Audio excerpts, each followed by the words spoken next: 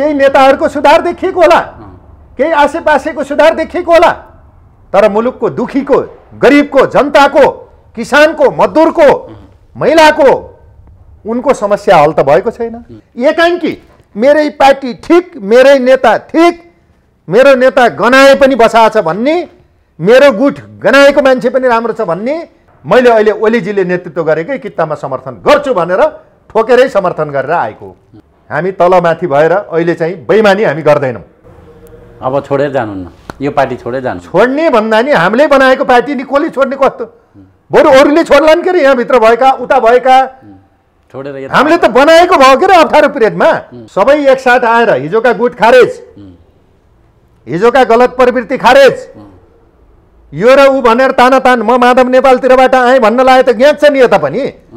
म ओली गुटको हुँ, म माधव नेपालको हुँ, म झलेको हुँ, झलनाथजीको भनौँ है, झलनाथजी फेरि हाम्रो विशिष्टै नेतृत्व हुनुहुन्छ, रिसाउनु होला, उहाँको हुँ, म चाहिँ ईश्वर पोखरेलको हुँ, म बादलको हुँ। त्यो होइन नि त स्थिति। हिजोका गुट टोटलै खारेज, एमाले फुटे, हामी बलियो भयौँ भन्ने हालत छैन। भुसको आगो जस्तो त्यही भित्रभित्र सड्या छ, एकले अर्कोलाई तानिया छ, गङ्गाताल झैँ छेपारल झैँ भ्यागुताल झैँ अठा छ, फुङ्गल्न जम्पिङ गर्न दिँदैन। हेर्नुहोस्, जम्पिङ कोही गर्छु भन्ला तानिया छ पछाडि मुखो, त्यसले गति लिन्न। उहाँ मात्र होइन नि, प्रचण्डजी पनि आउनु पर्यो नि त, सँगै आउनु पर्थ्यो के, एमालेमै आउनु फेरि यही अब बनाउने र फेरि नयाँ ढङ्गले जाम भन्नुपर्छ। एकचोटि मन्त्री भएपछि, संसद भएपछि किन 10 चोटि हुन परेको छ, एकचोटि प्रधानमन्त्री भएपछि फेरि किन हुन परेको छ। गुटहरूलाई खारेज गरौँ, क्षमता र योग्यताको आधारमा अगाडि बढाउँ, गति पनि बढाउँ, मति पनि सपारौँ, मुलुकलाई पनि नयाँ प्रगतिमा हाँकेर जाउँ। यो हो नि अबको दिशा त।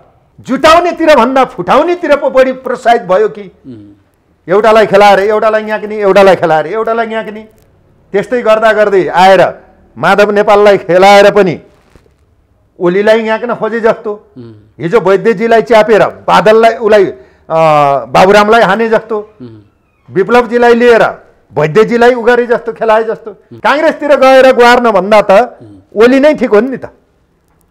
यही आफ्नै पार्टी आत्मसमीक्षा गरेर कमी कमजोरी यही सुधारेर फेरि यसैलाई सुदृढ गर्छौँ भनेर नयाँ हिम्मत गर्ने हो भने त अङ्गार पचाएर भए नि नेताहरू फेरि पनि मिले भन्ने हो भने त अर्को नयाँ सन्देश आउँछ नि त। राजनीतिमा कुनै पनि व्यक्ति विशेषलाई मानेर लाग्ने भन्दा पनि म मुलुकको मुक्तिको लागि लागेको मान्छे हो। राष्ट्रियता, जनतन्त्र, जनजीविकाको लागि पञ्चायतकालीन अवस्थादेखि नै आन्दोलन सङ्घर्ष गर्दै होमिँदै आजको यो अवस्थामा म उभिएको छु तपाईँहरूको बिचमा। अहिले पनि म न्यायको पक्षमा, समाजवाद र साम्यवादको पक्षमा, जनताको विकासको पक्षमा उभिन्छु। त्यसैले हिजो लामो समय प्रचण्डसँग तपाईँ रहनुभयो भनेर हजुरले भन्नुभयो, प्रचण्डसँग मात्र होइन, म मुलुकैमा छु, मुलुकसँग छु, तर एउटा मुलुकको एजेन्डासँग छु। प्रचण्डसँग जुन बेला गणतन्त्र, धर्मनिरपेक्षता, सङ्घीयता र मुलुकको एजेन्डा थियो त्यो अवस्थासम्म म त्यहाँ रहेकै हो र मैले समर्थन गरेको हो। भनेको अहिले प्रचण्ड एजेन्डा बिन्छ। अहिले उहाँले एजेन्डा भन्दा पनि पदमा केन्द्रित भएको तपाईँले देख्नु भएको छैन, मुलुकले देखेको छैन। आज पार्टी एकता गर्दा 2.5 वर्ष भनेर बाँडेको के हो, फेरि पार्टी फुट्ने बेलामा पनि पदकै लागि फुट देखा पर्यो। त्यस कारणले म उहाँ र ऊ भन्ने होइन कि उहाँले नै पार्टी एकता गरे भनेर कमरेड ओलीजी र प्रचण्डको बिचमा जुन पार्टी एकता भयो त्यसलाई समर्थन गरियो। उहाँले नै प्रधानमन्त्री बनाउनु भयो कमरेड ओलीजीलाई, उहाँले नै पार्टी अध्यक्ष बनाउनु भयो। म त्यहीमै छु, ओलीजीसँगै छु। बरु उहाँहरू कता जानुभयो यो पो छ त प्रश्न तपाईँले गर्नुपर्ने होइन त। ल भन्नुहोस् त तपाईँले पनि, म त जाएको त्यही छु त। उहाँले ल्याएर ओलीसँग छोडिदिनु, तपाईँहरू यहीँ हुनुहुन्छ। ओलीजीलाई उहाँले समेत पार्टी अध्यक्ष मान्नुभयो। पार्टी एकता गर्दाखेरि ओलीजी पार्टी अध्यक्ष, संसदीय दलको नेता, प्रधानमन्त्री बनाउनु भयो। त्यो भइसकेपछि जहाँ नेतृत्व त्यही रह्यो, जहाँ पार्टी रह्यो म त्यही रहेँ। त्यसैमा चाहिँ संसदीय दलको बहुमत पनि त्यही रह्यो, सूर्य चिन्ह पनि त्यही रह्यो, म त्यही रहेँ। क्लियरै छ त, के आत्तिनु पर्यो तपाईँ? हामी छ्याङछ्याङती छ त यो स्थिति। त्यस कारणले को व्यक्ति, को विशेष, कहाँ कसरी के छोड्नु भयो भन्नु परेन। म मुलुकको एजेन्डा सहितै छु, सशक्त एउटा पार्टीभित्रै छु, सही ढङ्गले म निर्वाह पनि पुरा गर्छु, मुलुकको लागि जिम्मेवारी पुरा गर्छु, अनुशासित ढङ्गले अगाडि बढ्छु। अहिलेसम्म हामीले गद्दारी गरेका छैनौँ कहीँ, राष्ट्रको लागि देशको लागि। त्यस कारणले एजेन्डा र कार्यक्रम सहित ड्याङ्की ड्याङ अगाडि बढेको हुनाले म ओलीजीकै नेतृत्वको पार्टीमा छु। भनेको तपाईँले भन्न खोजेको घुमाइफिराइ प्रचण्ड चाहिँ एजेन्डा विहीन भयो, ओलीसँग एजेन्डा छ, त्यो भएर ओलीको पछि लाएँ भन्ने तर्क हो। अब समस्या चाहिँ देखा पर्यो मुलुकमा। मैले दार्शनिक रूपमा राजनीतिक रूपमा के भन्न चाहन्छु, के भन्न सक्छु भने कुनै नेतृत्वले कुनै युगमा एक चरणमा नेतृत्व गर्यो भन्दैमा अर्को चरणको पनि नेतृत्व गर्न सक्छ भन्ने कुरा मलाई विश्वास लागेन। स्थिति यो हो, कुनै बेला सही थियो मान्छे भने त्यसलाई सहीलाई सही भनिन्छ, अहिले गलत भयो भने त्यसलाई गलत भन्न सकिन्छ। हिजोको कुनै नराम्रो मान्छे आजको युगमा आएर राम्रो नेतृत्व गरेर अगाडि आउँछ भने त्यसलाई सलाम गर्न सकिन्छ। त्यस कारणले आजको परिवेशमा मूल्याङ्कन गरेर हामी चल्ने हो। आज मुलुकको परिवेशमा कस्ता कस्ता घटनाक्रमहरू देखा परे मुलुकमा, यसलाई समीक्षा गरेर अगाडि बढ्ने हो। त्यसको लागि राष्ट्रियतालाई बचाउने अभियान पनि मुलुकमा देखा पर्यो। राष्ट्रको जुन म्याप नक्सा चुच्चे नक्सा समावेश गर्ने अभियान पनि देखा पर्यो। नाकाबन्दीको अभियान देखा पर्यो। त्यसमा पनि अडान लिएर चाहिँ मुलुकलाई आत्मनिर्भर बनाउने अरू मित्र राष्ट्रसँग पनि समन्वय गरेर त्यो दिशालाई नै हामीले सकारात्मक मानेको हो। त्यसको साथसाथै मुलुकमा केही असहज परिस्थितिहरू छन्, थिए। हिजो विखण्डनको कुराहरू आउँथ्यो, सिके राउत जस्ता। त्यस्तै गरिकन चाहिँ केही विद्रोहहरू हुँदाखेरि उद्योग व्यवसाय मुलुक धराशायी हुन्छ कि भन्ने थियो, जो विप्लवजीसँगैका कुराहरू थिए। उहाँ समेतलाई पनि समावेश गरिसकेपछि एजेन्डा त घग्रान ढङ्गले राष्ट्रियताको पनि शान्तिको पनि जनतन्त्र र जनजीविकाको पनि उस्तै परे, काठमाडौँमा खानेपानीको पनि उस्तै परे, अरू द्वन्द्व पीडित घाइतेका समस्याहरू पनि समग्र एजेन्डा सहित आयो नि त पार्टी। त्यो भएर ढुक्कले समर्थन गरेर अगाडि बढ्ने हो नि त। यसमा त म त्यसैमा छु, संलग्न छु। हामी सशक्त ढङ्गले अगाडि बढ्छौँ। मैले यही कुरा बिन्ती बिसाएँ हजुरलाई। जस्तो जुन हिसाबले नेकपाको सर्वोच्च अदालतको फैसलासँगै दुई धारमा जसरी विभाजित भयो, तपाईँहरू त यतै रहनुभयो, तर पूर्व एमालेका नेताहरू उता गएका फेरि यता ओलीतिरै फर्किए। यसले चाहिँ अब तपाईँहरूलाई समायोजन भएर बस्न चाहिँ कतिको गाह्रो हुन्छ? जुन हिसाबले हिजो आरोप प्रत्यारोपको राजनीति थियो सडकबाट दुवै पक्षको, अब फेरि त्यो आरोप प्रत्यारोपको जुन अवस्था थियो त्यसलाई अब समायोजन गरेर फेरि पार्टीमा चाहिँ कसरी एकताबद्ध भएर अगाडि बढ्ने, यो त ठुलो समस्या छ नि त। मैले राजनीतिक रूपमा विश्लेषण गर्दा कस्तो प्रकारको देखेँ भने आरोप र प्रत्यारोप अहिले सिर्जित भएको होइन। हामी आवेगमा छौँ, हामी ईर्ष्यामा छौँ, दाहमा छौँ, कुण्ठामा छौँ राजनीतिमा। त्यो गलत तरिका हो। हामी आशावादी बन्नुपर्छ, हामी प्रतिबद्ध हुनुपर्छ, हामी विश्वासमा अगाडि बढ्नुपर्छ।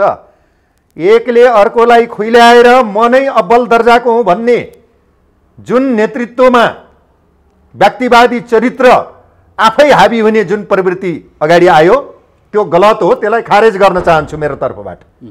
नेपाली जनताले नि सायद त्यसलाई राम्रो मान्दैन, खारेजै गर्न चाहन्छ। तपाईँ मिडियाहरूले नि राम्रो मान्नुहुन्न। त्यस कारणले हिजो कम्युनिस्ट पार्टी स्थापना गर्दादेखि नै जुन आरोप प्रत्यारोप देखा परेको थियो, कमरेड पुष्पलालले पार्टी निर्माण गर्दा उहाँलाई गद्दार भनिएको थियो, हो कि होइन? ल भन्नु त। निर्मल लामालाई सिआइडी भनिएको थियो, दक्षिणपन्थी भनिएका थिए। यस्ता आरोप प्रत्यारोप ओलीजी र प्रचण्डजीको बिचमा पनि निकै नै भए। माधव नेपालजी, झलनाथजी, प्रचण्डजीको क्याम्पेनबाट पनि ओलीजी, माधव नेपालजी उहाँहरूको बिचमा, प्रचण्डजीको बिचमा पनि अत्यन्तै अस्वस्थ प्रकारका आरोप प्रत्यारोप भए। ती काम लाग्दा थिएनन्। मिल्ने बेला टुप्पी नै गाँठा पार्ने, एकैचोटि चाटै गर्ने। हामी जतिका कोही छैनौँ, हामी असाध्यै राम्रा हौँ भनेर अरू इमान्दार कार्यकर्तालाई नगन्ने, उनी नै ठिक हुने, उनीहरूकै बिचमा काने खुसी हुने, गन्थन मन्थन हुने, भागबन्दा हुने। मिल्ने बेलामा थोरै तसल पर्यो, आफ्नो स्वार्थमा धक्का पुग्यो, कस्तासम्म आरोप प्रत्यारोप आए। एकले अर्कोलाई निषेधै गर्न खोज्यो, सिद्धाउनै खोज्यो। यो अस्वस्थ जुन गतिविधिहरू यो नेपाली राजनीतिमा देखा पर्यो। अहिले चलचित्रमा चाहिँ नेपाली राजनीतिमा यो देख्दाखेरि नेपाली जनताहरू दङ परे हेर्नुहोस्। फेरि यति छिटो परिणामहरू ढकाढक आउँदाखेरि कस्ता कस्ता चित्रहरू देखिए तपाईँ हामीले महसुस गरौँ। अहिलेको तत्कालीन स्थिति यहाँ भन्नु पर्यो भने हिजो ओलीजीलाई प्रचण्डजीले कस्तो आरोप लगाउनुहुन्थ्यो, प्रचण्डजीलाई ओलीजीले कस्तो आरोप लगाउनुहुन्थ्यो पार्टी एकता नगर्दै। पार्टी एकता भएपछि कति राम्रो, हामीले जति बुझेका कोही छैन। हामीले समाजवाद साम्यवाद सारा चिज देखेर एकछिनको 2 दिनको रामछाया होइन यो हामीले गरेको पार्टी एकता, लामो अभियान हो यो भनेर बडो चाहिँ गुड्डी पनि हाक्ने हाम्रो अगाडि देखेका छौँ। तिम्रा खुट्टी पनि नेता हौँ भने होला, जेट विमानका दुईटा पाइलट हामी सारा चलाउँछौँ भने बाबा हामी दङ खाइयो फेरि होला, यिनका बुद्धि निकै होला भनेर त साथ दिएको। पछि त थाहा पाइयो नि त स्थिति। यति छिटो 3 वर्ष नहुँदै फेरि पार्टीमा चाहिँ यत्रो विखण्डन, यत्रो फुट, यत्रो चाहिँ अस्वस्थ प्रकारका गतिविधि देखा परेपछि हामीले के भन्यौँ भने यो आरोप र प्रत्यारोपको अन्त्य गर्नुहोस्, खारेज गर्नुहोस्, विचारमा, नीतिमा, कार्यक्रममा अगाडि बढ्नुहोस्। हामीले त्यो कुरा अगाडि बढाउन चाह्यौँ। त्यस्तो स्थितिमा हेर्दाखेरि हामीले के देख्यौँ, मुलुकलाई अब यो पदीय भागबन्दाले चाहिँ राम्रो गर्दैन। अहिले भएको फुट पदको लागि हो, अहिले भएको फुट स्वार्थको लागि हो। यो स्वार्थबाट हामी माथि उठ्नुपर्छ भनेर हामीले मिलाउन पनि कोसिस गर्यौँ। निकै नै कोसिस गरियो, मिलाउन सकिएन। आखिरमा उहाँहरू चाहिँ अलग अलग दिशातिर जानुभयो र सर्वोच्च अदालतको फैसलासम्ममा, मुद्दा हालहालसम्ममा पुगेपछि अब संसद विघटनको स्थितिमै पुग्यो। आखिर संसद पुनस्थापना नि भयो अदालतले। त्यसपछि चाहिँ एउटा एक थरीले निकै नै हामीले संसारै जित्यौँ भन्न लागे। लड्डु खाए। अब लड्डु पनि त्यो त जसले नि खाए हुन्छ, तर निकै नै अरूलाई ड्यासिङ दिन खाए जस्तो देखियो कि लड्डु महँगो पर्यो। त्यो लड्डु त पच्दै पचेन नि, चितै परियो नि हामी त संसारमा। अब लड्डु खाए पनि ठिकै छ, खाउन्, केही छैन। लड्डु खान पाइन्छ, सुर्ती खान पाइन्छ, अरू के खान पाइन्छ, अरू खानपिनहरू खालान्, सुर्ती जो त नभनौँ कि, अथवा जे पनि खाउन्, खानेकुरा पचाउन सकौँ के, सक्छन् भने बिखै खाउन् न त, पचाउन्। तर मुलुकको लागि पच्दै नपचेपछि के अर्थ भयो? पचेन के, पचेन भनेको त्यो लड्डु पचेन। त्यस कारणले भन्न खोजेको मैले, सकिन्छ भने त शिवजीले चाहिँ कालोकोट बिखै खाएर नि त पचाए थिए, नीलकण्ठ भएको थिए नि त शिवजी। यहाँ त त्यो बिख पचाउने पनि त कुरा छोड्नुहोस्, लड्डु समेत पचाउन सकिएन। स्थिति त्यहाँ देखा पर्यो। ठिकै छ, खाएकोमा हामीलाई आपत्ति थिएन, हेर्नुहोस्। तर त्यसको फेरि ल हेर्नुहोस्, जब 11 गते लड्डु खाने कार्यक्रम भयो, सर्वोच्च अदालतले संसद पुनस्थापना गर्यो, संसारै जिते जस्तो पनि लाग्छ मान्छेलाई, त्यो होइन। ठ्याक्कै फेरि 23 गते के गरिदियो, यी फागुनको 23 लड्डु कागरा कुक्रुक जम्मै फैसला के भयो भने उहाँले खोजेको सूर्य चिन्ह पनि फुत्कियो, पार्टीको संसदीय दलको आफू नेता भएर हुन खोजेको प्रधानमन्त्री पनि फुत्कियो, बहुमत दलमा छ भनेको पनि फुत्कियो, पार्टी सबै मेरो होलमा छ भनेको नि जम्मै फुत्क्यो नि। घ्यागिरा घुग्रुक भइसकेपछि त यसले त मान्छेलाई त थला नै पारेको छ है। बिमार त भए धेरै बिमारी हुनु पर्दैन, राजनीतिक उतार चढाव हुन्छ, निकै अप्ठ्यारो कठिनाइ हुन्छ। ती घुम्ती बाटोहरू पार गर्दै जाने हो। म ती साथीहरूलाई पुनः पनि भन्न चाहन्छु कि फेरि पनि नयाँ ढङ्गको एकता, नयाँ ढङ्गको बहस, नयाँ ढङ्गको छलफल, हिजोको दिनमा आफूले गरेका कमी कमजोरीबाट समीक्षा गरेर अगाडि बढ्न सक्यो भने त्यसले आशावादी बनाउन सक्छ। नत्र अहिले नेताहरूले गरेको गतिविधिले धेरै ठुलो आशा नेपाली जनतालाई चाहिँ पैदा गर्न सकेको छैन। त्यसकारणले कोही यता भयो होलान्, कोही उता भयो होलान्, पार्टी एउटै थियो, एकैतिर थिए मान्छेहरू। र अस्तिसम्मै अब माधवजी, झलनाथजी, प्रचण्डजीसँगै हुनुहुन्थ्यो, सल्लाह गरेर चाहिँ त्यहाँबाट फेरि यतातिर आउनुभयो। ल हेर्नुहोस्, खासै विचार, दर्शन, राजनीति, कार्यक्रम मिलेको भएपछि त त्यस्ता पदको लागि मात्र आउने होइन नि त, बस्ने नै हो नि, उतै बसे नि हुन्थ्यो नि। दार्शनिक भएपछि के भयो भन्दा सूर्य चिन्ह यता भयो, दल पार्टी यता भयो, त्यो भएपछि त्यो पद के हुने भयो, संसद पद फुत्किने भयो। हेर्नुहोस् स्थिति। अब लाजको ती सबै कुराले गर्दा के हुने भयो भने साथीहरू आउनुभयो भन्ने मात्र होइन कि क्रान्ति परिवर्तनको लागि, राष्ट्रको लागि त उहाँ मात्र होइन नि, प्रचण्डजी पनि आउनु पर्यो नि त, सँगै आउनु पर्थ्यो के। एमालेमै आउनु फेरि यही अब बनाउने र फेरि नयाँ ढङ्गले जाम भन्नुपर्छ, स्थिति त्यो हो। फेरि पनि बहस सुरुवात गर्नुपर्छ। हामी त्यो सकारात्मक दिशातिर जाओस् भन्ने चाहन्छौँ। त्यस्तो प्रचण्डलाई अब एक समय युगको नेता भन्थे। ६२-६३को जनआन्दोलनपछि जुन खालले सार्वजनिक भए, प्रचण्डले देश बनाउँछन्, प्रचण्ड जस्तो नेता भन्थे। बिस्तारै प्रचण्ड बादलहरूले छोडेथे, विप्लवले छोडे, बाबुरामले छोडे, अहिले आएर बादलले पनि छोडे। प्रचण्ड बिस्तारै बिस्तारै नाङ्गिँदै गएका हुन्। तपाईँ लामो मैले व्यक्तिगत रूपमा चाहिँ प्रचण्डजीप्रति, त्यहाँ भएका नेतृत्वहरूप्रति म पूर्वाग्रही छैन। म इमान्दारी साथ आजसम्म सहयोग पुर्याएरै आएको हो, सँगै हातेमालो गरेरै आएको हो, कुनै पनि पूर्वाग्रह बिना। र पछिल्लो चरणमा पनि उहाँसँग लामै छलफल भएर केही साँचीहरू नै राखेर अब स्थिति ट्र्याकहरू बिग्रियो हजुरको तर्फबाट पनि। कमसेकम यत्रो फुटहरू भए, तपाईँका राम्रा राम्रा मान्छेहरू किन अलग भएका छन्, केही समीक्षा गर्नुपर्छ होला। अब मैले पनि साथ दिन अलिक गाह्रै भयो हजुरलाई भन्ने कुरा मैले गरेकै हो है। समस्या कहाँनिर यो चरणमा म चाहिँ विप्लवले पनि एउटा भाषणमा प्रचण्डलाई यो 20 वर्ष प्रचण्ड जस्तो नेता कोही हुन्न भन्थे, हामीले छोडेपछि 20 महिनामै प्रचण्ड धुलो पिठो भयो भनेर भाषण गरे होइन। प्रचण्डको समस्या चाहिँ कहाँनिर रह्यो? अब यसलाई मैले के भन्छु भने उहाँलाई कमरेड प्रचण्ड एउटा क्रान्तिको नायक हो। म अहिले यता भए पनि म यो कुरा भन्छु, जुन बेला जनविद्रोहको शङ्खघोष गर्नुभयो, नेतृत्व गर्नुभयो, उहाँले मुद्दा पनि उठाउनु भयो, मुलुकको गणतन्त्रको मुद्दा, संविधान सभाको मुद्दा।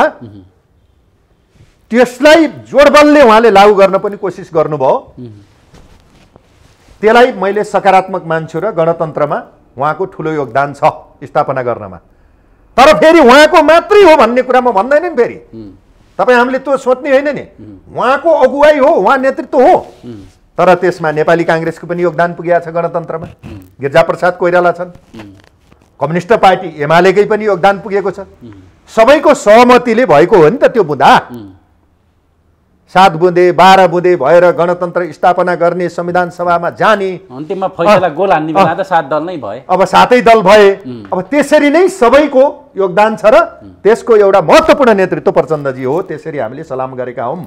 त्यतिखेर पछिल्लो चरणमा हामीले विश्लेषण गर्दै जाँदा के देखिन थाल्यो भन्दाखेरि उहाँलाई पनि यो भौतिक वातावरणले यो सत्तामा आइसकेपछि, किन भन्दा माओवादी शक्ति यति ठुलो शक्ति सत्तामा आएपछि पतन भयो नि त।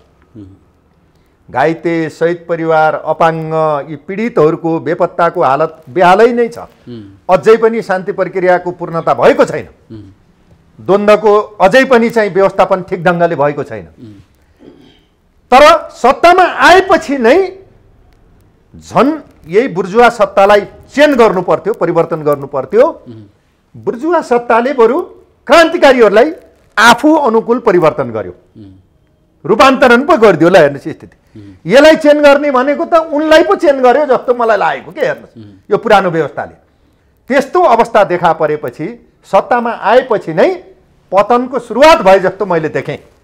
त्यसले के हुन सक्छ, हामी बुर्जुवा बन्दै गयौँ, हामी चाहिँ गैर क्रान्तिकारी बन्दै गयौँ, हामीले क्रान्तिका मुद्दाहरूलाई छोड्दै गयौँ, हामी चाहिँ पलायनको दिशातिर गयौँ, हामी व्यक्तिवादी बन्यौँ, हामी परिवारवादी बन्दै गयौँ, हामीले चाहिँ मुलुकलाई देखेनौँ, हामीले सर्वसाधारण जनतालाई देखेनौँ, आफूलाई मात्र देख्न थाल्यौँ, हामीले समाजवाद र साम्यवादलाई देखेनौँ, हामीले व्यक्तिवादलाई, निजीवादलाई देख्न थाल्यौँ।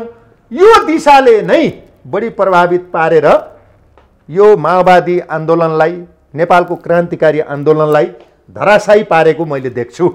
त्यसको प्रभाव प्रचण्डजीमा पनि पर्यो, उहाँको पार्टीमा पनि पर्यो, कार्यकर्ताहरूमा पनि पर्यो। र पछिल्लो चरणमा आउँदै जाँदा त फुटको श्रृङ्खला बढ्यो। उहाँकै नेतृत्वमा हुँदाहुँदै वैद्यजी फुट्नुभयो, हामी त्यहीँ छौँ। बादलजी त्यहाँबाट फुटेर जानुभयो, विप्लवजी जानुभयो, बाबुरामजी जानुभयो, किराँतीजी जानुभयो, मातृका पनि गयो जस्तो मान्थेँ मैले। जाने आउने क्रम निकै नै भयो। यसले के देख्यो भने निर्माणतिर भन्दा यो नेतृत्वमा निर्माणतिर भन्दा बनाउनेतिर भन्दा एकतातिर भन्दा भत्काउनेतिर बढी गयो कि अलिकता ध्वंसतिरैको बढी गयो कि जुटाउनेतिर भन्दा फुटाउनेतिर पो बढी प्रोत्साहित भयो कि एउटालाई खेलाएर एउटालाई याक्ने एउटालाई खेलाएर एउटालाई याक्ने त्यस्तै गर्दा गर्दै आएर माधव नेपाललाई खेलाएर पनि ओलीलाई याक्न खोजे जस्तो हिजो वैद्यजीलाई च्यापेर बादललाई उसलाई बाबुरामलाई हाने जस्तो विप्लवजीलाई लिएर वैद्यजीलाई उगरे जस्तो खेलाए जस्तो यो परिवेशले उहाँको नियत खराब नभए पनि व्यवहार त यो देखाउँदाखेरि अन्तिममा नतिजाले देखाउने कुरा हो नि त। अहिले पनि त चरम क्लाइमेक्समा आएको थियो नि त पछिल्लो चरण। अब अविश्वासकै प्रस्ताव दर्ता गर्ने ला हेर्नुहोस् स्थितिमा आफै प्रधानमन्त्री हुने भनेर त आयो नि त पछिल्लो चरण। कहिले फेरि 2.5 वर्ष बाँडम भन्ने, कहिले होइन म हजुरले 5 वर्ष गर्नुहोस् भन्ने, फेरि भोलिपल्ट भाका फेर्न पर्ने भनेपछि यो सत्ताले घुमाएकै हो, रिङ्गटा लाग्ने बनाएकै हो चक्कर। हेर्नुहोस् प्रचण्डजी लगायतका उहाँका टिममा भएका साथीभाइलाई पनि अन्यलाई पनि मैले यो सत्ताले घुमाएको चक्कर मैले देखेकै छु विश्लेषण गर्दा। त्यसकारणले यी चिजहरूको रेस्पोन्सिबल जिम्मेवारीपन दायित्वपन के भयो भने मुख्य नेतृत्वमा त आउँछ नि त। त्यसकारणले उहाँ प्रचण्डजी यसबाट मुक्त हुन सक्नु भएन, मैले त्यसरी हेरेको छु। तर पनि अझै पनि अवसर छ अहिले पनि। जस्तै उहाँले समर्थन फिर्ता त लिनुभएको छैन, नेकपा माओवादी केन्द्र भए पनि अझै पनि वार्ता संवाद गर्ने वातावरण बन्छ भने किन भन्दा प्रचण्डजीले जति सत्तोसराप गर्नुभएको थियो उसलाई ओलीजीलाई त्योभन्दा बढ्ता माधवजीले नि त गर्नुभएको थियो के अरे सँगै एउटै मञ्चबाट झलनाथजीले नि गर्नुभएको थियो। हाम्रो बहिनी रामकुमारी झाँक्रीले पनि बेसरी के भन्नुभएको थियो, अर्कोले के भन्नुभएको थियो, मैले त त्यो सबै हेरेको छु नि तस्बिर।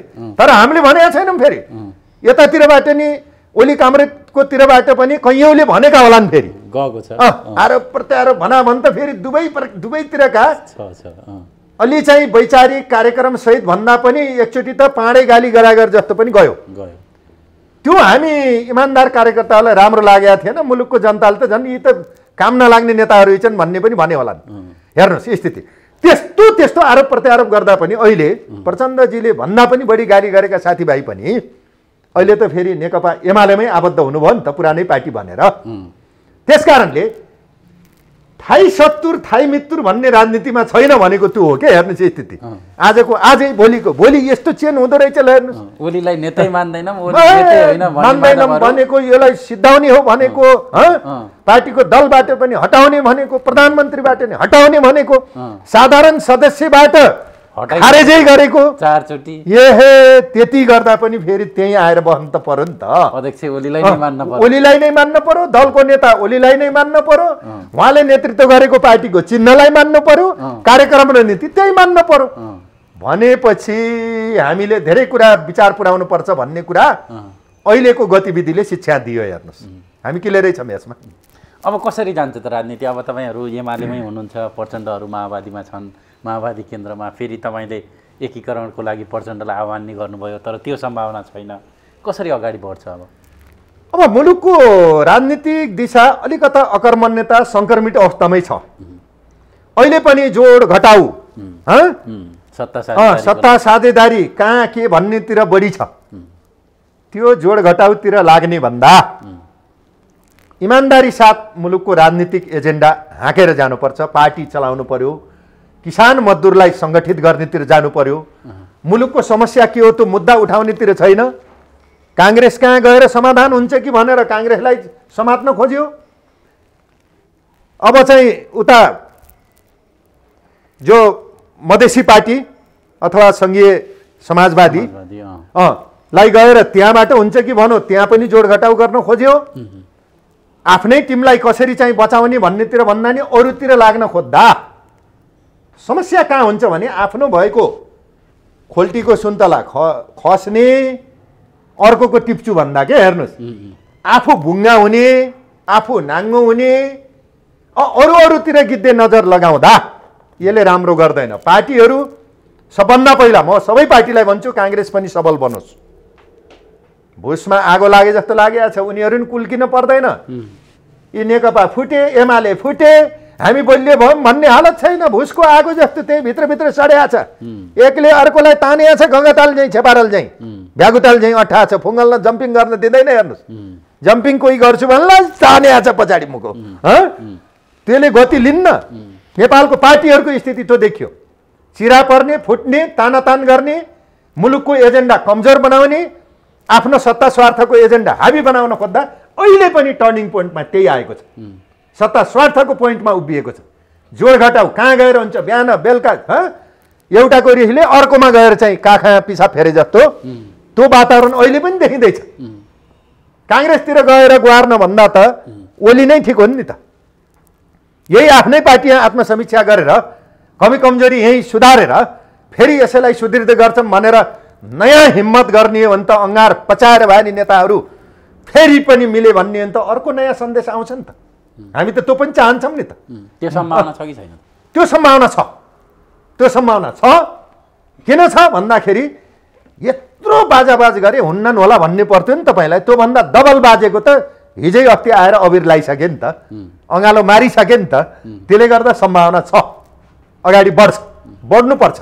तर मुलुकको स्थिति जोड घटाउमा जाने हो, सत्ता स्वार्थको लागि अब कसलाई तानेर हुन्छ, के गरेर हुन्छ भन्नेतिर जाने हो भने त्यसले फेरि भरम सिर्जना गर्छ। त्यसले केही भनौँ अब मैले के देख्छु भन्दाखेरि जस्तो नेपाली काङ्ग्रेसमा एक थरीले सत्तामा जानुपर्छ भन्ने छ, एक थरी जान हुँदैन भन्ने छ। नेपाली काङ्ग्रेसले आफ्नो भिजनै अहिले पनि क्लियर गरेको छैन। यिनै नेकपा माओवादी केन्द्र एमालेको बिचको के दृष्टि देखा पर्छ तस्बिर, त्यसैलाई उपयोग गरेर चाहिँ उसले दाउ हेरेर बसेको छ। ऊ दाउ हेरे पनि आफू पनि गाँजा खुट्टा हालेको छु भन्ने सम्झिनुपर्छ। उसले पनि हेर्नुहोस्, जोकै घाँडमा खुट्टा पस्यो भने लत्त निकाल्न सकिन्न नि त एकैचोटि। फेरि ननिकाली पनि भएको छैन नि त अप्ठ्यारो। मुलुकको निकास त हामीले पनि दिनुपर्छ नि त। सबैका खुट्टा घाँडा परेका छन्, त्यो निकाल्नु पर्छ मुलुकलाई मुक्ति दिनको लागि। त्यही राखेर पनि भएन। स्वाट निकाल्छु भन्दा एक्सिडेन्ट पनि हो, खुट्टै त्यही छुट्ने पनि बेर छैन। यही पार्टी फुटे जस्तो फुट्ने त खुट्टा पनि उतै रहन पनि बेर हुन्न। त्यो कन्डिसन अहिले बडो बुद्धि पुर्याएर अझै पनि कुल भएर समीक्षा गरेर फेरि पनि प्रचण्डजी ओलीसँग आएर वार्ता संवाद गरेर ल हामी यसरी जाने भयौँ भन्ने हो भने सङ्केत हुन्छ। किन उहाँले अहिले पनि ओलीजीलाई दिएको समर्थन फिर्ता लिनुभएको छैन। के हुन्छ त तपाईँहरू निशर्त उहाँहरूलाई केही शर्त हुन्छ नि कि निशर्त यत्तिकै ल समर्थन गऱ्यौँ भने मान्नुहुन्छ कि के हुन्छ? हिजो अब सँगै हुँदा पार्टी पनि राम्रोसँग चल्न सकेन भन्ने कुरा छ, सरकार पनि राम्रो चल्न सकेन भन्ने कुरा छ। फेरि त्यही मान्छेहरू ल्याएर फेरि कसरी तपाईँहरूले सरकारलाई गति दिनुहुन्छ, पार्टीलाई गति दिनुहुन्छ? अब यो कुरामा नयाँ ढङ्गले सोच्नुपर्छ, नयाँ ढङ्गले कार्यक्रम बनाउनुपर्छ। अब हिजोकै ढङ्गले चल्दैन। हिजोकै ढङ्गले उही नेतृत्वको लागि मात्रै उनै चाहिँ चाहे सचिवालयमा हुन् चाहे शीर्ष नेतामा हुन् उनकै भागभण्डामा मात्रै रोमल्यो भने त्यो अब अरू पुस्ताले पनि मान्दैन, मुलुकले पनि मान्दैन। अब ठिक छ, नयाँ पुस्तालाई पनि अगाडि बढाएर जाउँ, सबैलाई समावेशी ढङ्गले पार्टीमा चाहिँ अवसरहरू प्रदान गरौँ, कार्यविभाजन ठिक ठिक ढङ्गले गरौँ, मुलुकको एजेन्डामा एकजुट भएर अगाडि बढौँ भन्ने हो भने सम्भावना राम्रो पनि छ है। मैले त्यो पनि देख्छु। त्यस कारणले अहिले पार्टीभित्र जुन प्रकारको एउटा भ्रमहरू, अहिले मान्छेले पताउनै नसक्ने गतिविधिहरू देखा परेका छन्, यसबाट फेरि नयाँ चिजहरू पनि पैदा हुन सक्छ। यस्तै अप्ठ्यारो पिरियडमा त हो नि नयाँ चिजहरू पैदा हुने। त्यो सङ्केत पनि मैले देखिराखेको मलाई भान हुन्छ। अब हेर्दाखेरि जस्तै प्रचण्डजीले ओलीजीलाई जुन समर्थन गर्नुभयो हिजो संसदीय दलको नेतामा सरकारमा जाने, त्यो समर्थन फिर्ता लिनुभएको छैन। त्यो फिर्ता नलिँदा उहाँले फेरि राम्रो गर्नुभएको छ भन्ने पनि परेको हुनसक्छ। त्यसलाई सकारात्मक ढङ्गले हेरौँ, द्वन्द्वात्मक ढङ्गले हेरौँ। फिर्ता लिइहाल्दा फेरि के हुन्छ, 1 महिनामा कमरेड ओलीजीले विश्वासको मत लिनुपर्छ। 1 महिनामा, 1 महिनाभित्रमा विश्वासको मत लिन नसकेमा के होला? फेरि अस्थिरतातिर जाला कि फेरि जोड घटाउ त चलेको चलै हुने भयो नि त। त्यो भएर प्रचण्डजी अर्को पनि लागेको हो कि देउपा पनि नबोल्ने हेर्नु जतिचोटि धाए पनि देउपा प्रचण्ड अनि मधेसी दल समाजवादी दलको बिचमा ठ्याक्क जोड घटाउ मिल्ने हो भने ड्याङ्गै चाहिँ अविश्वासको प्रस्ताव लिने पो हो कि त सबै प्रकारको जोड घटाउ होला त्यो खेतीपातीमा सबै लागेका होलान् जस्तो त मैले देख्छु तर त्यो जम्मै भए पनि यी जोड घटाउ यताउता गर्न भन्दा फेरि पनि हामी कम्युनिस्ट पार्टी हौँ हामी मिलाउँ भनेर उहाँ आउँदाखेरि सबैले स्वागत गर्छन् मैले यो देखेको छु स्थिति तपाईहरु पनि स्वागत गर्न तयार हुनुहुन्छ एकदमै राम्रो पक्ष हुन्छ त्यो अब यही अब जस्तो अहिलेका प्रधानमन्त्रीलाई नै प्रधानमन्त्री मानेर जाने कुरा हुन्छ कि दोस्रो पुस्ताका नेताहरूलाई अघि बढाउने कि फेरि प्रचण्डलाई प्रधानमन्त्री बनाउने कि के गर्ने यो प्रधानमन्त्री पद नै सबै संसार हो भन्नेतिर जान भएन अहिले त त्यस्तै देखियो संसद मन्त्री सबै संसार हो भन्नेतिर जान भएन तर राजनीति हाम्रो नेताहरू बिग्रेकै यसरी हो सबै चिज आफैलाई प्रधानमन्त्री पनि आफैलाई मन्त्री पनि आफैलाई संसद पनि आफैलाई अनि आफ्नो गुटलाई आफ्ना मतियारलाई जुन ढङ्गले गर्ने काम देखिन्छ त्यो नै सबभन्दा घातक चिज हो त्यसले नै मुलुकलाई चाहिँ अकर्मण्यता एकदम चाहिँ बाधक बनाएको जस्तो देखिन्छ हेर्नुहोस् स्थिति त्यसकारणले मुलुकमा कि नयाँ नयाँ चेन पनि लिन सक्नु पर्यो जस्तै निर्वाचन प्रणालीमै चेन गरिदिउँ न त त्यता जाऊँ न बरु यो किन बेच खरिद बिक्री कसलाई लिने को धनी ठेकदारहरू उठ्ने जस्ता आफ्नो गुटका मात्र बनाउने भन्दा चाकरी जसले गर्यो उसले चाहिँ पैसा दियो त्यस्ता मान्छेहरू हुने भन्दा पार्टीको इमान्दार मान्छेहरू नपर्ने भन्दा पूर्ण समानुपातिक निर्वाचन प्रणाली पार्टीमा त्यो बनाएर जाने प्रत्यक्ष कार्यकारी राष्ट्रपति प्रणाली लागू गर्ने र केही नयाँ सुधारको कामहरू समाजवादी आधारशिलाहरू निर्माण गर्ने त्यसरी जाने भने बरु अर्को स्टेप हान्न सक्छ नत्र फेरि पनि यसैमा घुमिफिरी रुम्जातार यहीँभित्र जोड घटाउ यहीँभित्र संसदीय खेल यहीँभित्र खरिद बिक्री यहीँभित्र अस्थिरता यहीँभित्र चाहिँ सामदाम यहीँभित्र द्वन्द्वभेद जे पनि लागू हुने भयो नि त अस्वस्थताको जरा त गढेको छ नि मुलुकमा त्यसकारणले योबाट माथि उठेर अलि माथिबाट हेर्नु पर्यो अबको गतिविधिहरू पार्टीको संरचनामै चेन्ज गरेर जाऊँ किन हुन परेको छ र जहिले नि जिन्दगीभर हामी मात्र नेता ल भन्नुहोस् त अरू नयाँ पुस्ताहरूलाई पनि अगाडि बढाउँ अब एक दुई कार्यकाल भएपछि धेरै लोकपाप पनि नगरौँ हेर्नुहोस् एकचोटि मन्त्री भएपछि संसद भएपछि किन 10 चोटि हुन परेको छ एकचोटि प्रधानमन्त्री भएपछि फेरि किन हुन परेको छ के छ त्यहाँभित्र तत्त्व ल हेर्नुहोस् कोही कहिले पनि भएका छैनन् कार्यकर्ताहरू छन् नि त इमान्दारहरू पनि तिनलाई पनि नयाँ अवसरहरू दिउँ नयाँ ढङ्गले कामको समीक्षा गरौँ पार्टीभित्र पनि यी गुटहरूलाई खारेज गरौँ क्षमता र योग्यताको आधारमा अगाडि बढाउँ गति पनि बढाउँ मति पनि सपारौँ मुलुकलाई पनि नयाँ प्रगतिमा हाँकेर जाउँ यो हो नि अबको दिशा त नेतृत्वले त आशा जगाउनु पर्यो नि जनताले हेर्दाखेरि कार्यकर्ताले हेर्दाखेरि यी नेतृत्व खालि आफ्नो पदका लागि लडे खालि आफ्नो खिचातानीको स्वार्थको लागि लडे नेतृत्व व्यक्तिवादी भए यिनीहरू स्वार्थी भए गुटवादी भए भन्ने परेको छ नि त तुरन्तै यो चिजलाई खारेज गरेर नयाँ डाइनामिक ढङ्गले अर्को रूपान्तरण गरेर जाउँ न त हामी त्यो चाहन्छौँ त्यो किसिमको वातावरण सिर्जना गरौँ जस्तो अब यो विप्लवहरू शान्ति प्रक्रियामा आए अब अहिलेका ओली नेकपा समूह र विप्लवहरू मिल्ने सम्भावना काहीँ न काहीँ छ भन्ने विश्लेषण हुन थालेको छ के हो यो सम्भावना विप्लवजी कमरेड विप्लवजीले नेतृत्व गरेको पार्टी नेकपा उहाँले जनविद्रोहको नीति अपनाउनु भयो हिजो माओवादी जनयुद्धकै जस्तो स्वरूप अपनाउन थाल्नु भएकै हो त्यसको पनि केही कारण छ फेरि किन मुलुकमा धेरै ठुलो चेन त आएको छैन नि त गणतन्त्र आयो भन्दैमा परिवर्तन भयो भन्दैमा नेताहरूले मन्त्री बन्ने र प्रधानमन्त्री बन्ने बाहेक केही परिवर्तन त्यो त परिवर्तन त देखिए छैन केही नेताहरूको सुधार देखिएको होला केही आसेपासेको सुधार देखिएको होला तर मुलुकको दुखीको गरिबको जनताको किसानको मजदुरको महिलाको उनको समस्या हल त भएको छैन आर्थिक रूपान्तरण त भएको छैन ऋण त बढेको बढै छ मुलुकको पनि ऋण बढेको छ जनताको पनि ऋण बढेको छ बेरोजगार बढेको बढै छ गरिबी बढेको बढै छ त्यसकारणले यो व्यवस्थाबाट हुँदैन कि भनेर उहाँले एउटा स्टेप चालेकै हो तर केही समय लिन्छ भोलि यो व्यवस्थामा नि रूपान्तरण त आउनुपर्छ नि। हामी कम्युनिस्टहरू त रूपान्तरण चाहन्छौँ नि। जस्तो अब समाजवादमा जाने भनेका छौँ भने विप्लवजीले त्यो अभियान उठाउनु भयो, तर के भयो भने भर्खरै त्यसले केही कोष लिने भएको हुनाले त्यो अभियान भर्खरै पुरा नहुने स्थिति भयो। तर त्यो स्पिडको साथ यही संविधान, यही नियम कानुन र यही व्यवस्थाभित्र रहेर पनि नयाँ सुधार र रूपान्तरण गर्न सकिनेछ नि त। समाजवादमा जाने भनेका छौँ, अहिले त पुँजीवाद पनि हो नि त यो त, होइन ल भन्नुहोस् त। हामी पुँजीवादमा छौँ। यो पुँजीवादलाई यसलाई कमजोर बनाएर समाजवादी आधार बनाएर बल्ल समाजवाद आउने हो नि त, त्यतिकै त आउँदैन। त्यसको अभियानमा सबै क्रान्तिकारी शक्तिहरू एकजुट बनेर यही अन्तर्गतबाट, यही संविधानबाट, यही समाजवादी आन्दोलनमा अगाडि बढौँ भन्ने हिसाबले उहाँ आउनुभयो। यसको लागि स्वागत छ र उहाँलाई शान्ति वार्तामा लिने काम गरेर सार्थक परिणाम दिने काम यो सरकारले गर्यो।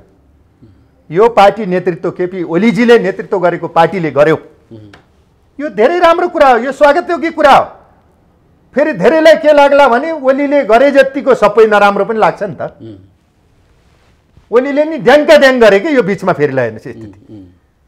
सिके राउतलाई पनि लिए, विखण्डनकारी हुन्छ भनेको विप्लवलाई पनि लिए। यो त राम्रो पक्ष हो नि त। त्यसमा विद्रोही शक्ति कोही छैन। अब विद्रोही शक्ति त छैन। अब उद्योग व्यवसाय विस्तार गर्न मान्छेहरूको दिमागमा चाहिँ केही असहजताहरू थिए, भोलि असर पर्ने स्थिति थियो अर्थतन्त्रमा। ती सबै कुरालाई त एउटा शान्ति प्रक्रियामा लिएर एउटा वातावरण त सिर्जना गरे नि त। यसलाई त स्वागत, यसलाई त राम्रो मान्नु पर्यो नि त। त्यसकारणले जस्तो अब विप्लवहरू खुला राजनीतिमा आउँदा तत्कालीन अहिलेको नेकपा माओवादी केन्द्रलाई कतिको ठुलो धक्का पर्छ। अब राजनीतिमा चुनावमा विप्लवहरू सामेल भएर जाँदा त त्यसको प्रमुख शक्ति त प्रचण्डहरू हुन्छन्। अब यसमा के हुन्छ भन्नु होला भने भोलि चुनावी समीकरणमा पनि प्रभाव पर्ने कुरा हुन्छ, चुनावी एजेन्डामा पनि, र आफ्ना कर्म दोष काम गरेका गतिविधिले पनि प्रभाव पार्छ। उस्तै परे कोही सिद्धिँदै जान्छन्, कोही अगाडि बढ्दै जान्छन्। राजनीतिमा त त्यही त हो नि, होइन ल भन्नुहोस् त। सिद्धिने पालो कसको त अब? कस्तो देख्दा देख्दै नि कसको भन्ने हो र? भन्नु पर्यो नि तपाईँहरूले। कुनै पनि चिज अनैतिहासिक हुन्छ, कुनै पनि चिज युग अनुसार अगाडि बढ्दैन, कुनै पनि चिज एकदम अस्वाभाविक ढङ्गले लादिन खोज्छ, त्यो फिट खान्न भने त्यो के हुन्छ भने पतनको दिशामा जान्छ। हेर्नुहोस्, नयाँ चिजले जन्म लिन्छ के। पुराना क्रान्तिकारी हौँ भन्नेहरू सबै थला पर्न सक्छ नि त? सक्दैनन्। प्रचण्डजी पनि त थला पर्न सक्नुहुन्छ नि, सक्नुहुन्न? ल भन्नुहोस् त। नयाँ चिजले विस्तार गर्न सक्छ नि त, जनतामा रक्त सञ्चार गर्न सक्छ नि त। विप्लवजीले गर्न सक्नु होला, हामीले सकौँला। यो पार्टीले फेरि यत्रो मान्छे त फेरि लिन लायो, सबैलाई समावेश गर्दैछ। त्यत्रो विरोध गरेका भनेलाई त अँगार पचाएर भए नि सबैलाई समेटेर जाउँ भनेको छ भने प्रचण्डलाई नै आउनुहोस् समेटौँ भन्न सक्ने हैसियत राख्छ यो पार्टीले भने, अरू सबै वाम शक्तिहरूलाई पनि एकाकार गर्ने हैसियत राख्छ भने ज्वार भाटाको रूपमा यही पनि त अगाडि आउन सक्छ नि त। प्रचण्ड बिनाको नेकपा चाहिँ यो हुनसक्छ? ओलीले नेतृत्व गरेको प्रचण्ड बिनाको नेकपा चाहिँ नेपाल कम्युनिस्ट पार्टीको मेन कम्युनिस्ट पार्टी चाहिँ यो हुनसक्छ? करिब करिब नेपालमा कम्युनिस्ट पार्टीहरू सबै मिल्ने हो भने अरू कसैले पनि केही गर्न सक्दैनन्। यो सशक्त जान्थ्यो। अहिले राम्रो अवसर मिलेको थियो, बिचमा नेताहरूले बुद्धि पुर्याएनन्, उहाँहरूकै कारणले पार्टी यो हालतमा पुग्नु पर्यो। यो गलत छ, यसले ठुलो क्षति पुर्याएको छ नेपाली क्रान्तिमा, परिवर्तनमा। तर कम्युनिस्ट पार्टीमा सबै कित्ताकात हुँदैन के। जस्तै यता ओलीजीलाई रुचाउनेहरू पनि ओलीजीको पार्टीमा भएकाले नि प्रचण्डजीलाई पनि उनको राम्रो कामलाई समर्थन गर्न सक्छन्, प्रचण्डजीमा भएकाले पनि ओलीले गरेको राम्रो कामलाई पनि समर्थन गर्न सक्छन् पार्टीमा। काङ्ग्रेसको पनि राम्रो काम गर्यो भने समर्थन गर्ने हुन्छ। यो द्वन्द्वात्मक सम्बन्ध हुन्छ के। एकाङ्की मेरै पार्टी ठिक, मेरै नेता ठिक, मेरो नेता गनाए पनि बसाछ भन्ने, मेरो गुट गनाएको मान्छे पनि राम्रो छ भन्ने यो प्रवृत्ति तोडिँदै गयो भने त त्यसले अर्को कोष लिँदै जान्छ नि त। त्यसकारणले प्रचण्ड मात्रै होइन कि समग्रतामा हेर्न पर्यो कम्युनिस्ट आन्दोलनलाई। उहाँ पनि एउटा धारमा पर्नुहुन्छ, त्यहाँ आबद्ध हुने। त्यसरी गयो भने त राम्रो सन्देश दिन सक्छ नि त। साना ठुलाको कुरा होइन नि त। यहाँ त वैद्यजी हुनुहुन्छ, मोहन विक्रमजी हुनुहुन्छ, विप्लवजी हुनुहुन्छ, ऋषि कटेलजी नै हुनुहुन्छ। यत्रो तहल्कै मचाइदिनु भयो। ल हेर्नुहोस् स्थिति। साना पनि छन्, ठुला पनि छन् नि त। त्यसै चाहिँ हामी ठुला छौँ भनेर पनि त हुन्न नि, सुन्निएर मताए जस्तो गरेर नि। त्यस कारणले क्रान्तिको गति हो त्यो निरन्तर अगाडि बढिरहन्छ, पछाडि धकेलिन्न। त्यसले कतिलाई पछारेर फाल्छ, कस्ता कस्ता अङ्कुराहरू पलाएर अगाडि स्थापित हुँदै जान्छ। यो त नियम हो, यसलाई कसैले रोकेर रोकिन्न। हेर्नुहोस्, हो कि होइन? ल भन्नुहोस् त। पुराना चिजहरू अन्त्य हुँदै जान्छन्, नयाँ चिजहरू जन्म हुँदै जान्छन्, हिजोका गलत क्रियाकलापहरू नाश हुँदै जान्छन्, नयाँ चिजहरू सही चिजहरू स्थापित हुँदै जान्छन्। आखिर सच्चाइको नजिक पुग्ने हो, सत्यताको नजिक पुग्ने हो। समाजवाद र साम्यवाद भनेको त समानताको व्यवस्था हो नि त, सच्चाइको व्यवस्था हो नि त। त्यहाँ पुग्नलाई कुन कुन बाटो अपनाउनु पर्छ? बाघ भालुसँग जुझ्न पर्ने हुनसक्छ, घुम्ती पार गर्नुपर्ने हुनसक्छ, होइन? ल भन्नुहोस् त। ओह्राली उकाली अझै पनि धेरै हुनसक्छ, अप्ठ्यारा कठिनाइ अझै पनि धेरै हुनसक्छ। यो सजिलो सत्ता बहने त्यही सत्ताको वरिपरि घुमेर मात्र पनि पुरा नहुन सक्छ। त्यसकारणले यसमा पनि भोलि प्रतिक्रान्तिहरू आउन सक्छ, तिनका विरुद्ध विद्रोह पनि गर्नुपर्ने हुनसक्छ, सङ्घर्ष गर्नुपर्ने हुनसक्छ। अब तपाईँ एउटा सशक्त नेता, पहिला जीविका सभापति भएर विकासका निर्माणका कामहरू पनि धेरै गर्नुभयो, जनताले पनि तपाईँको निकै स्मरण गर्छन्। अब तपाईँ फेरि बिचमा चाहिँ कता कता हराए जस्तो, नेपाली राजनीतिबाट अलि पर भए जस्तो यस्तो देखियो, कहाँ हुनुहुन्थ्यो? तपाईँले सान्दर्भिकै प्रश्न मलाई राख्नुभयो। अब हामी सानैदेखि एउटा क्रान्तिको उर्वरा शक्तिकै रूपमा अगाडि आयौँ, पञ्चायती व्यवस्थाको विरुद्ध सङ्घर्ष गऱ्यौँ, बहुदलीय व्यवस्थाका विकृतिहरूको विरुद्ध पनि सङ्घर्ष गऱ्यौँ, गणतन्त्रमा पनि हामी हातेमालो गरेरै अहिलेसम्मको अवस्थामा, संविधान सभापछिका अवस्थामा पनि हामी सक्रिय राजनीतिमै छौँ। त्यति हो कि जो चाहिँ संसदीय खेलमा संसद भएन, मन्त्री भएन, अरू राजनीतिक नियुक्तिहरूमा म देखिएन। धेरै मिडियाहरूमा पनि म त्यसरी लो मेरो कुराहरू लिनुहोस् भनेर म आएन, म बाहिर पनि आएन। तर जहाँ रहे पनि मैले पार्टीमा छँदाखेरि भित्री रूपमा इमान्दारी साथ आफ्नो जिम्मा पुरा गरेँ, काम पुरा गरेँ। पार्टीमा लाग्दा पनि म कुनै गुठमा पनि लागेन, किनभने पार्टीमा 10औं गुठहरू हुने, धेरै गुठहरू हुने। ठ्याक्कै यो नेकपाको विभाजनको बेला जति बेला आयो तपाईँले चाहिँ एउटा निर्णय गर्नुपर्ने बेला थियो, तपाईँले चाहिँ किन चाहिँ अब ओलीलाई नै साथ दिएर जानुपर्छ भनेर तपाईँ बादलहरू लगायतका मान्छेहरू जसरी ओलीपट्टि आए, किन चाहिँ तपाईँहरूलाई त्यो अवस्था आयो कि अब चाहिँ ओलीपट्टि नै लाग्नुपर्छ भन्ने अवस्था कसरी आयो? तपाईँले पहिला गरेको प्रश्नमा पनि मैले थोरै कुराहरू राख्न थियो। जस्तै यो बिचमा तपाईँ अलि हराए जस्तो भयो, हिजो तपाईँ जल्दो बल्दो मान्छे हो भन्नुभयो, म अहिले पनि जल्दो बल्दोमै छु। मैले अध्ययन गर्छु, विश्लेषण गर्छु, पार्टीले दिएको जिम्मेवारी इमान्दारी साथ पुरा गर्छु, खुराफाती गर्दैन। जहाँ लागिन्छ जिम्मेवारी पुरा गरेर लागिन्छ, त्यो स्थितिमा छु। र कुनै गुठमा पनि हामी रहिएन, कसैलाई बोक्ने नेकार्नेतिर पनि हामी पार्टीमा गएनौँ। त्यस्तो मान्छेहरूले जिम्मेवारी पाउन गाह्रो हुँदैछ। चाकरी चाप्लुसी गर्न हामी जाँदैनौँ, बिन्ती भाउ गर्न हामी जाँदैनौँ नेतृत्वमा। हामी हाकी कुरा गर्छौँ, त्यहाँ गएर पनि आफूलाई दिएको जिम्मा पुरा गरेरै छाड्छौँ। त्यो किसिमको वातावरण बनाउन अहिले पनि हामी यो पार्टीमा लागि परेका छौँ। विगतमा त्यस्ता कुराहरू पनि देखा परे, जिम्मेवारीका कुराहरूमा हेर्नुहोस्। अरू खुराफातीहरू अगाडि आउने, जो गर्न नसक्ने क्षमता छैन, योग्यता छैन, ती मान्छे हाबी हुने, जो इमान्दार मान्छेहरू छन् पार्टीमा चाहिँ ओझेल पर्ने, यो नेपाली क्रान्तिको, नेपाली पार्टीहरूमा देखा परेको रोग हो। सबै पार्टीमा छ यो रोग। यो रोग हट्नुपर्छ। इमान्दार मान्छेहरू अगाडि आउनुपर्छ, काम गर्ने क्षमता भएका मान्छेहरू अगाडि आउनुपर्छ।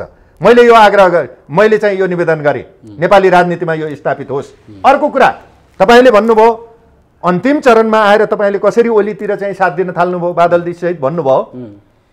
पार्टीमा देखिएको मतभेदमा निकै अस्वस्थ प्रकारले अघि बढिसकेपछि यही ठाउँमा तपाईँले जहाँ इन्टरभ्यू लिनुभएको छ, यहाँ हामी यहीँ थियौँ, यहाँ 25औं वटा बैठक बस्यौँ। पार्टीलाई एक धिक्का बनाऊ, पार्टीका जिम्मेवारीहरू ठोस ठोस ढङ्गले पालना गरौँ, कार्यविभाजन न्यायिक ढङ्गले गरौँ, पार्टीलाई सक्रिय बनाऊ, सरकारलाई सक्रिय बनाऊ भन्दा भागबण्डामा सचिवालयकै मान्छेहरूको बिचमा तानातानी भयो।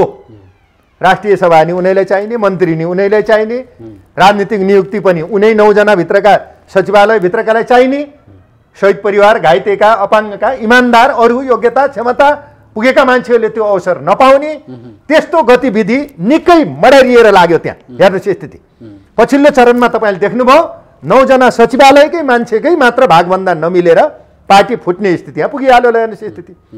र हामीले मिलाउन खोज्दा दुवैतिर तपाईँहरूले चाहिँ आत्मआलोचना गर्नुहोस्, कमी कमजोरी स्वीकार्नुहोस्, फेरि पार्टी एक धिक्का बनाउनुहोस्, भनेर बिचमा पनि धेरै कोसिस गऱ्यौँ।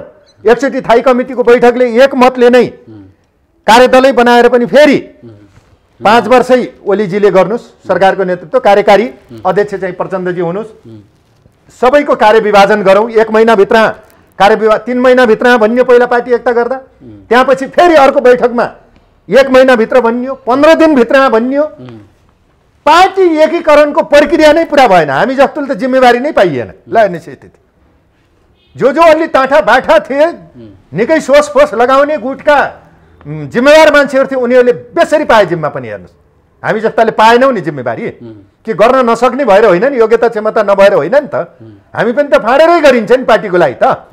त्यस कारणले हामी चाहिँ पछिल्लो चरणमा पनि के समीक्षा गऱ्यौँ भने हाम्रा साथीहरूको बिचमा अब यो तालले हुँदैन, यसरी पार्टी अगाडि बढ्न सक्दैन। सक्छन् एक धिक्का भएर फेरि पनि अगाडि बढुन् समीक्षा गरेर, होइन भने अब चाहिँ आफ्नै पार्टीको विरुद्ध घेराबन्दी गर्ने, आफ्नै सरकारको विरुद्ध घेराबन्दी गर्ने, सरकार पनि अराजक ढङ्गले जाने, पार्टी पनि चल्दै नचल्ने भयो भने काम लागेन। यता पार्टीको जिम्मा दिएको पनि केही पुरा नगर्ने।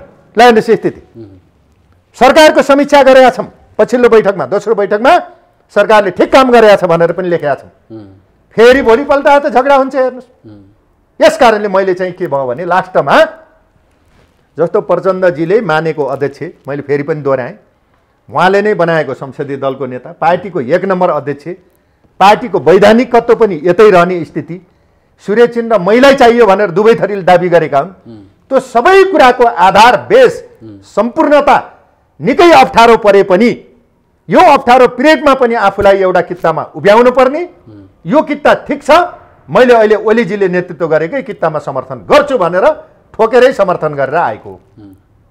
त्यसमा कुनै अन्यथा छैन। मैले धेरैलाई, कोही रिसाएका होलान्, कोहीलाई चाहिँ आक्रोश पोख्न मन लागेको होला, धेरै साथीहरूले मलाई सरापेका पनि होलान्, चाहिँ कमेन्ट गरेका होलान्, मैले त्यसमा माइन्ड गर्दैन। मैले उहाँहरूलाई केही भन्नु पनि छैन। फेरि कहीँ बार्गेनिङ नमिलेर फेरि तपाईँहरूमा अब राम्रो कुरालाई म समर्थन गर्छु, उहाँहरूको पनि नराम्रो कुरालाई विरोध गर्छु। म कसैसँग पूर्वाग्रह पनि हुन्न, सकेको न्यायमा मैले सहयोग गर्छु। अब फेरि बार्गेनिङ भएर उता बोलाउलान् यता बोलाउलान् भन्ने कुरा होइन। संवाद सबैतिर गर्छौँ, बस्छौँ, छलफल गर्छौँ, तर पार्टीमा डटेर लाग्छौँ, अगाडि बढ्छौँ। यही वैधानिकत्वलाई हाँकेरै हामी जान्छौँ। हामी तलमाथि भएर अहिले चाहिँ बेइमानी हामी गर्दैनौँ। अब छोडेर जानुहुन्न, यो पार्टी छोडेर जानु? छोड्ने भन्दा नि हामीले बनाएको पार्टी नि कसले छोड्ने, कस्तो बरु अरूले छोड्लान् के अरे, यहाँभित्र भएका उता भएका छोडेर। हामीले त बनाएको भयो के अरे अप्ठ्यारो पिरियडमा, भएन? ल भन्नुहोस् त। जस्तै हिजो अब यही विषयमा चाहिँ हिजो प्रदेश नम्बर सुदूरपश्चिम प्रदेशमा एउटा झगडा भयो। यो बिचमा चाहिँ छोडेर गएका भीम रावलको त्यहाँ प्रदेश इन्चार्जको पद खोसेर लेखराज भट्टलाई राखियो। अब यस्ता खालका समस्या आए। अब भीम रावललाई चाहिँ फेरि आउनको लागि साधारण सदस्य लिएर एमालेमा आउन पर्यो भन्ने खालको त्यहाँको अध्यक्षले कुरा गर्नुभयो। अब त्यस्तो खालको स्थिति हुन्छ, तपाईँहरूले दुःखमा साथ दिएकाहरूले यता पाउने, फेरि उनीहरू पछि आएकालाई फेरि नयाँ हिसाबले अगाडि बढ्न पर्ने स्थिति हुन्छ। यसमा अगाडि पछाडि भन्ने कुरा हुन्न हो। पार्टीमा सबै एकसाथ आएर हिजोका गुट खारेज, हिजोका गलत प्रवृत्ति खारेज, यो र ऊ भनेर तानातान, म माधव नेपालतिरबाट आएँ भन्न लागे त ज्ञात छ नि यता पनि। म ओली गुटको हुँ, म माधव नेपालको हुँ, म झलेको हुँ, झलनाथजीको भनौँ है, झलनाथजी फेरि हाम्रो विशिष्टै नेतृत्व हुनुहुन्छ, रिसाउनु होला, उहाँको हुँ, म चाहिँ ईश्वर पोखरेलको हुँ, म बादलको हुँ। त्यो होइन नि त स्थिति। हिजोका गुट टोटलै खारेज, खराब नियत लिएर बस्न भएन पार्टीमा। फेरि घेराबन्दी गरेर ठिक पारिन्छ ओलीलाई, फेरि पनि उतै गएर मिल्ने भनेर घर भत्काउन आएको त राम्रो होइन। उहाँहरू त्यो नियतले आएको होइन, मलाई त्यो लाग्ला, भोलि व्यवहारले देखाउँछ। त्यस कारणले फेरि पार्टी बनाउन, फेरि एक दिक्का हुन, मन माझामाझ गरेर फेरि नयाँ आशा र विश्वास जगाउन, पार्टीलाई फेरि सबभन्दा बलियो बनाउन, फेरि पनि अरू पार्टीमा छरिएर रहेकालाई पनि एकताबद्ध गर्न, सबै गोलबन्द हुँ भन्ने प्रेरणासहित मुलुकको एजेन्डा, क्रान्तिको एजेन्डा, परिवर्तनको एजेन्डा, पार्टी र जनताको एजेन्डा बोकेर आउनु भएको सबैलाई एक ठाउँमा राखेर अब नयाँ ढङ्गले, हिजोको पाराले चल्दैन। जो ठाउँ ठाउँमा एउटा पार्टी अफिस राख्दाखेरि भएको लडाइँ छ, तानातान छ, यो इन्चार्ज, म हुम सिनियर, यो जुनियर भनेर जुन त्यो जरुरै छैन। त्यो टेक्निकल रूपमा लड्न जरुरी छैन।